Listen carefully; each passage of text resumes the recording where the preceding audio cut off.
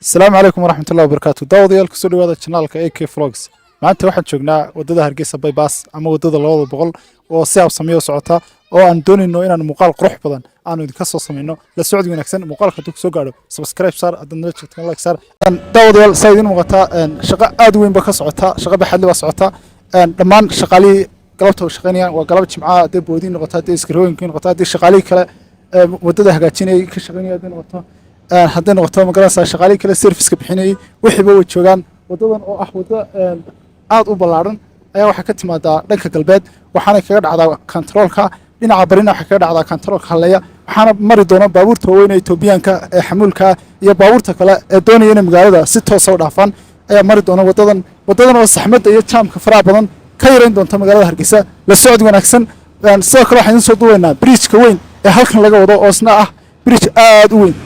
daawadayaal waanu sii soconaynaa kole shaqa ka socota oo inta badan way yara adag tahay in magaranaysa marka shaqadu ka socoto qofku isagoo lugaynayo buu mari karaa marka waxaan doonaynaa cabaar intaan socon karno ilaa bridge-ka aanu idin geyno aan magaranaysa tusno sida shaqadu socoto kolay isaga ka muuqata halkan zero weyn baa laga sameynayaa oo afar wada ay ku kulmaan wuxuu noqon doonaa mid ka mid ah siirooyada ugu waaweyn magaalada Hargeysa marka waxaan karnaa waa mashruuc si fiican looga shaqeeyay la socod wanaagsan imika waxaan doonayaa in idin soo dubo qaybta bridge-ka weyn ee isna halkan laga hirgeliyo yes who Chinese company daawadayaal ninka cagaftan wada ama rugledan ayaa wax noo sheegay inuu goobta ka shaqeynayay muddo 4 bilooda shaqaduna ay u socoto si aan kala joogsi lahayn isla markaana ay dhawaan soo gabagabeyn doonaan face-ka koowaad face-ka labaadna noqon doono inay daamirka iyo isku qasaan iyo chaygo la isku qasay la mariyo hadhow tolana laga dambaysiyo calaamadihii iyo ishaarooyinkii wadada yeelanaysay wadadana wax walba ay baahnayd wada lahayd loo dhameystiri doono haday noqoto drainage-kii bilaacadihii iyo ishaarooyinkii calaamadihii wax kasta ay wada u baahnayd loo dhameystiri doono wadadu waa wada ballaaran cabirkeeduna waa 12 mitir dhererkeeduna waxa weeyaan 22 mitir ama 22 kilomitir baan ka wadaa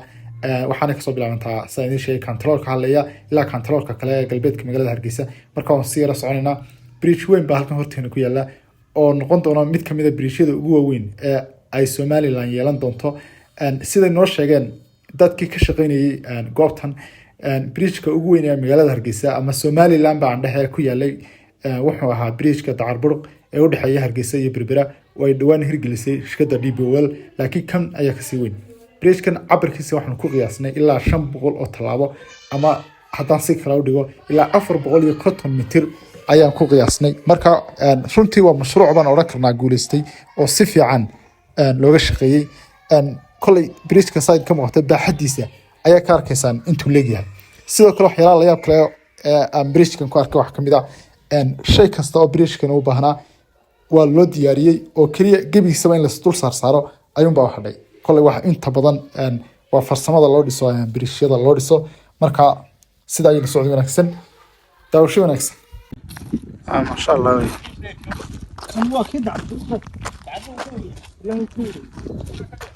كم باكون والله مويه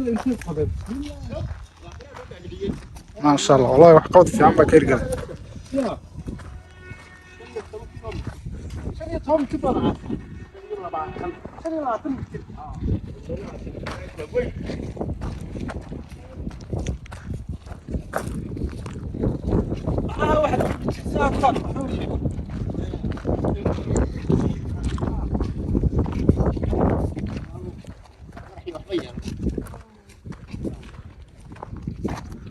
قال لكن والله كبر أبا بلان إن يرحل تصوصي رسمتي مركب ورابع كاسو البودية halkan waa sayid muuqata oo bidix weyn ah halkaas baa laga saaray ay ka baxaysaa ma sha Allah wax qabad aad iyo aad fiican ayaa dalkeena ka hirgalay runtii wax lagu farxo weeyaan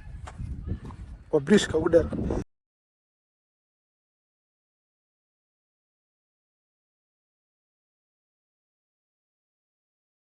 daawada halkan ku taala barkada lagu waraabiyo bridge-kan lagu waraabiyo oo ah barkad weyn oo loogu talagalay in ay ku filaato dhismaha bridge-ka iyo wadada oo wiishashka meeqa wata halkan waxa loogu talagalay gaadiidka inta taagan inuu qaado ها مارتا ها يتيجا كله الصورة يو كابو صورة يو سوق قاضي يو أبرار مو صارية كوا بقول ستيت مدرس ما كون ما بقول ستيت المرة ما كون انت ماشي فولسه امسا سميسن واحد يربع كلمه واحد لا دور يتومك ayaa ka dhiman يا كده garaadkoodu waa weyn bismillaahi ما نجا فوز لو مصر ودكينا يا garaadkan waddanka laguma sameeyo يلا مصر ما بليش يمشي xabadda garaadka taw waa imsa dhumucdeed ma kuwa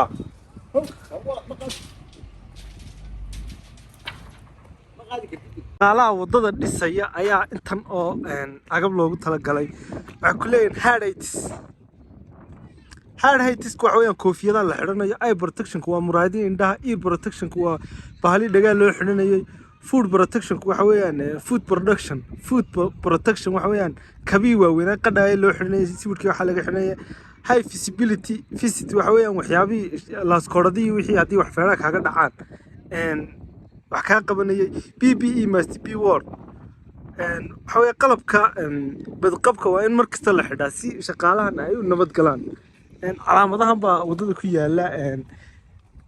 restricted area ka joog lama ogola halkan la maro oo kale xaggaas falaadh xaggaas si jeeda waxa ku tilmaamaysaa inaad wadada marto maadaama wadada ay shaqo badan ka socoto saasaa loogu talagalay sad imkaarkiisaan grade-kan oo sawirka lala sugayana waxa dilay ka dhigo dhawaan la filayaa in bridge-kan oo muddo dheer qaatay markuu wadada saa u dhamaado roogii ama wadadii daamburkaana ay halee ay nasaab loo soo socoto in markiiba la isku xidho oo wadada labada control iskaarsiiyo maanta oo aan controlka galbeedka marayna waxa arkay iyadoo xagga si fiican shaqada uga socoto wadada inta arkaysaan oo isku wada xidhan tahay oo carratuurkiisa fiican baa loo dhigay waxa la sugaabo waa bridge-kan oo inta la saaro shubkan kadib la dul mariyo on rugleedii iyo bahash wada aad iyo aad u quality fiican oo aad iyo aad u qurux badan ayaa halkan ka soo bixi doonta hadii ilaahay ka dhigo halkan oo wadada biyo ugu badan ay maraan biyo ugu badan ba halkan mara halkaasay biyo ka soo dhacaan dabadna laag aad u weyn baa marta laagtan toos u socotaa ilaa ay dooxi weyn hargeysa ay biyo ku rido waa laag aad iyo aad u weyn baan oran karnaa shaqaale hufan baa halkan ka shaqeynaya shaqaalaha inta ugu hooseysa ilaa inta ugu sareysa oo odagan uu kamid yahay magacaadeero محمود نو شقالها halkan ilaaliye har iyo habeen heeganka waa sidii uu uga ilaalin lahaa dadka dayaca doonayna wax ku qaataan wadankeena hadayna dhisana cid inoo dhismayso dunida arteen dad baa dhistay aad iyo aad bay mahadsantii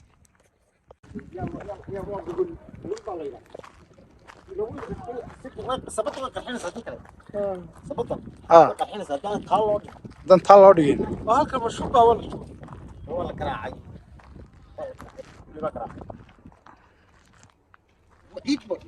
إن بدل بال إيه الكلام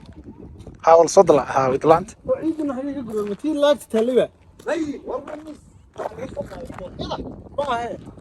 عمرك ما حط فريق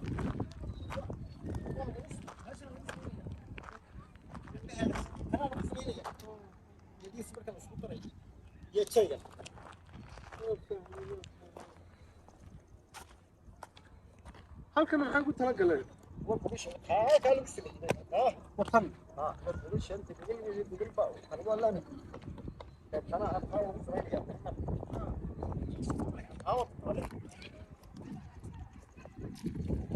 وصلوا اسرائيل اي بهلا اسكو تيرسن انا بهلا marka xagga la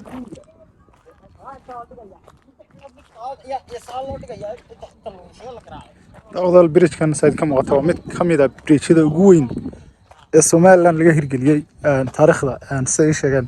shaqaalaha halka shaqeynaya oo masaafado dheer ayuu bridge-kan noqonayaa ilaa halkan ayuu ka soo bilaabmaya ilaa intan waa shubkii ilaa xaggaasna waxay noqonaysaa bundadii marka hore loo sii socdo marka wuxuu noqonayaa bridge aad u weyn buu noqonayaa runtii waa mashruuc aad u guuleystay oo reer Soomaaliland wax tar weyn u noqonaya isla markaana noqonaya dhaxal ay ka iska dhaxlaan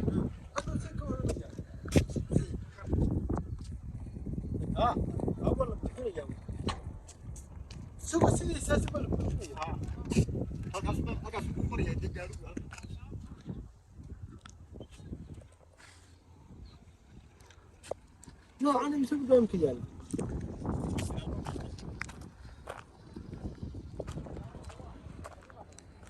waxaa jira buundooyin kale oo iyagana la dhisay oo la dhamaaday oo dhinaca ku yaala dhowr iyo toban buundo ayaa halkan laga dhisay laakiin kan waa biriishka ugu weyn kuwa kale waa yar weeyaan markaa galabta kan baan soo gaadhnay wadada xidhan oo aanan mari karayn markaan lugeynay intii aanu ka gaadhsiin karnay ayaanu muuqaalkan ka soo sameynay waan jeclayn inaanu meelo kale iyo biriishyo kale oo iyagana la dhisay oo yar laakiin kooban inaanu muuqaalkan ka soo sameynaa saad ka muuqataa waa sagxadii biriishka oo la goglayo halkaas ayaa la goglayaa marka waxaa loogu talagalay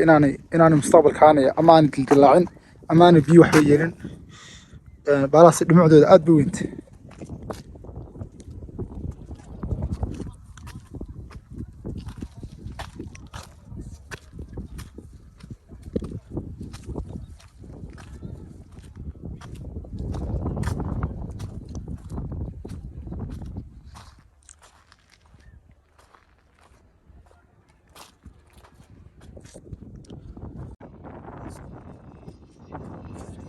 iminka biriishkii oo furfuran oo sabadii ay saas u dhinac yaalyaalaan ayaan dul taaganahay anu sadaqa ka arkaysaan waxaas waa sabadii hadhow wiish unbaa saa u qaadaya dee biriishkii waa sbriin laysku guru noqdo intay saa u sameeyaan bay caayar deedna saa isu saarsaarayaan halkan iminka waa halkii hoosin jirtay dhinaciisaa hoosena waa dhinacii dadku marayeen waa laysku xidhaya qalcadii unbaa saa loo duldhigaya iminkana biriishka waa diyaar waddada gebigeedaba biriishkaas unbaa u hadhayba iyo rooggiyo la dhigo bal ninka beertaa leh maasha allah ilaah ku barakeeyo ilaahay marka xoolo kula doonayo cidna ku weydiin maayo dadkii dhulkan lahaana dhulkii bay ka taajireen ya laydhkan imika halka arkaysa waa bacado waa laydhkii sunpowerta wuxuu ka yimaadaa meel aynaa shaqo ku lahayn buu ka yimaadaa xaggaas sunpowerta magaalada u baxdaaba gebigeeda waa ka xadhga 5 xadhig weeyaan